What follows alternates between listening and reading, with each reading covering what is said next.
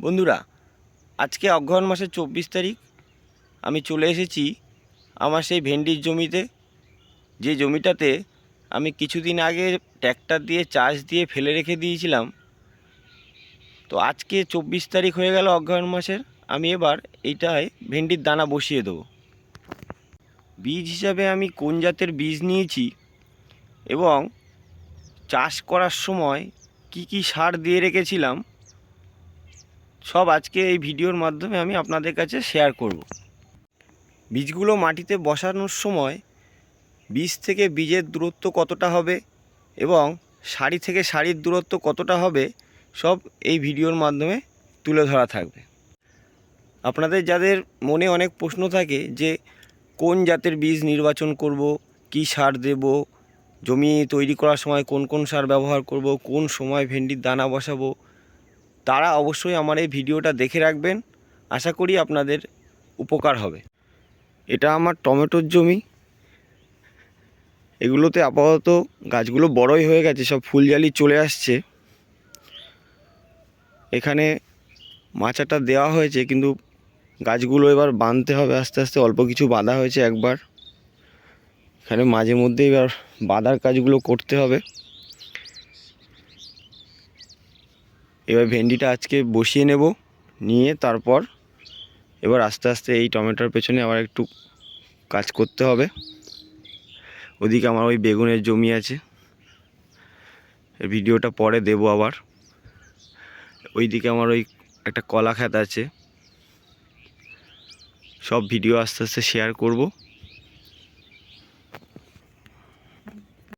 আমি জমির চারি সাইড দিয়ে একটা লাইন রেখে দিই।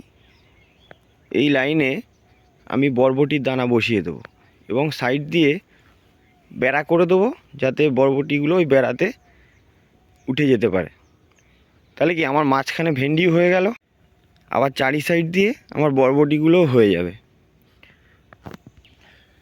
এই দিকেও সব একদম চারি সাইড দিয়ে একটা লাইন রেখে দিয়েছি, যেখানে টোটালটা একদম পুরো লাফা লাগিয়ে দেবো, দিয়ে বেড়া দিয়ে দেবো।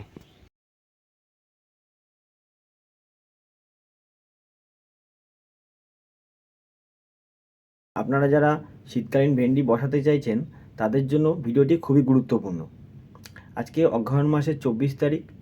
আপনারা যারা বীজ বসাবেন ভাবছেন তারা অবশ্যই এই সপ্তাহের মধ্যে বীজ বসিয়ে দিন, কারণ এরপর যখন অতিরিক্ত শীত পড়ে যাবে তখন কিন্তু বীজগুলো ঠিকমতো অঙ্কুরোদ্গম হবে না, যার ফলে কী হবে, চারাগুলো এক মাস ধরে বেরোতেই থাকবে, সব চারাগুলো এক মাপের হবে না।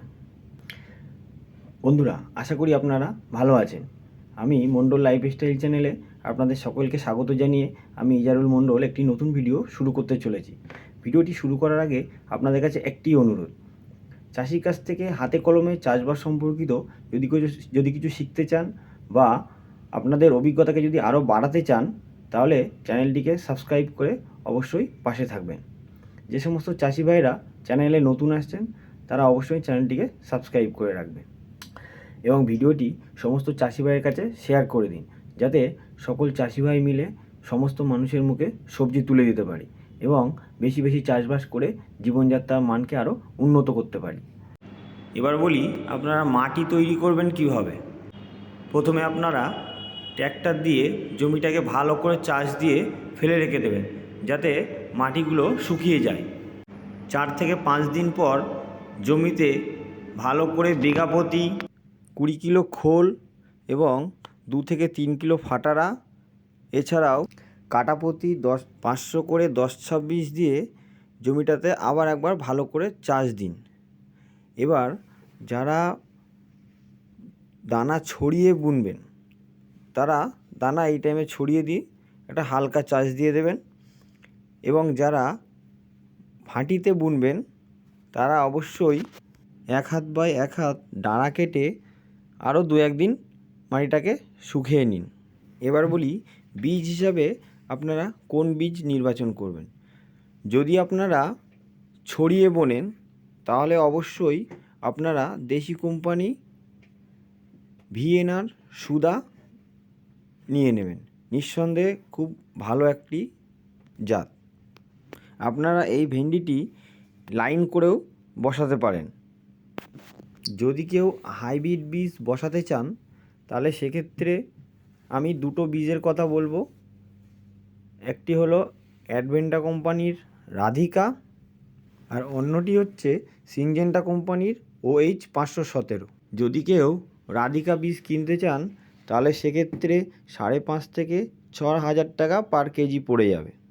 আর যারা OH 517 কিনবেন তারা 3600 থেকে 3800 টাকার মধ্যে পেয়ে যাবেন। অবশ্যই আপনাদের নিজের এলাকায় একবার যাচাই করে নেবেন। বীজ হিসাবে আমি এখানে নিয়েছি সিনজেন্টা কোম্পানির OH 517। শীতকালীন ভেন্ডির জন্য এই হাইব্রিড জাতটি খুব ভালো, খুব শীত সহনশীল, শীতে খুব ভালো হয় এই গাছটা। খুব একটা পাখরের সমস্যা হয় না বা চারা মরে যাওয়ার সমস্যাও খুব একটা হয় না। খুব ভালো একটা জাত শীতকালীনের জন্য। এর সব থেকে ভালো দিক হচ্ছে এটা অন্যান্য হাইব্রিড জাতের থেকে কম করেও 10 দিন আগে এর ফলন পাওয়া যায়। তো মোটামুটি যারা অন্য জাতের বীজ লাগাবে তারা যখন হাটে সবজি নিয়ে যাবে, ফসল নিয়ে যাবে, তার কমসে কম 10 দিন আগে আপনি হাটে নিয়ে যেতে পারবেন। এবার যেহেতু ভেন্ডিটা প্রথম দিকে একটু দাম ভালো থাকে, তো আপনারা অবশ্যই এই জাতটা নির্বাচন করতে পারেন। কারণ 10 দিন আগে যদি ওঠে এবং ওখান থেকে যদি 4টে কি 5টা কাটিং আপনারা পেতে পারেন, তাহলে অবশ্যই আপনাদের ওই সময়ে চারার দাম, সারের খরচা সব উঠে যাবে। এই বীজটি চাষ করলে বিঘা প্রতি 1.5 থেকে 2 কিলো ব্যবহার করবেন। এর দাম মোটামুটি 3600 থেকে 3800 টাকার মধ্যেই পেয়ে যাবেন। আমি তো পেয়ে গেছি 3600 টাকাতে। আপনাদের দিকে কী দাম আছে একবার ভালো করে যাচাই করে নেবেন। এবার বলি বীজগুলো আপনারা জমিতে বসাবেন কিভাবে। প্রথমে আমার হাতে যে যন্ত্র দেখছেন ঠিক ওই রকম একটা কিছু নিয়ে এরকম লাইন টেনে নেবেন। এরপর 5 আঙুল অন্তর অন্তর একটা করে দানা ছড়িয়ে যাবেন। যেহেতু শীতকালীন ভেন্ডি তাই দানাগুলো একটু ঘন করে দিতে হবে। এখান থেকে কিছু চারা নাও উঠতে পারে, আবার কিছু চারা ওঠার পরে হয়তো পচেও যেতে পারে। তাই আপনারা অবশ্যই হাতে 4 থেকে 5টি করে দানা দিয়ে দেবেন। বন্ধুরা, আশা করি ভিডিওটি দেখে আপনারা খুশি হবেন। এরপর ভেন্ডির চারা উঠলে তখন আমি কি পরিচর্যা করি সেগুলোও ভিডিওর মাধ্যমে আপনাদের কাছে তুলে ধরব। ভিডিওটি যদি আপনাদের ভালো লাগে তাহলে অবশ্যই চ্যানেলটিকে সাবস্ক্রাইব করে পাশে থাকবেন এবং সমস্ত চাষি ভাইদের কাছে ভিডিওটি শেয়ার করে দেবেন। ধন্যবাদ।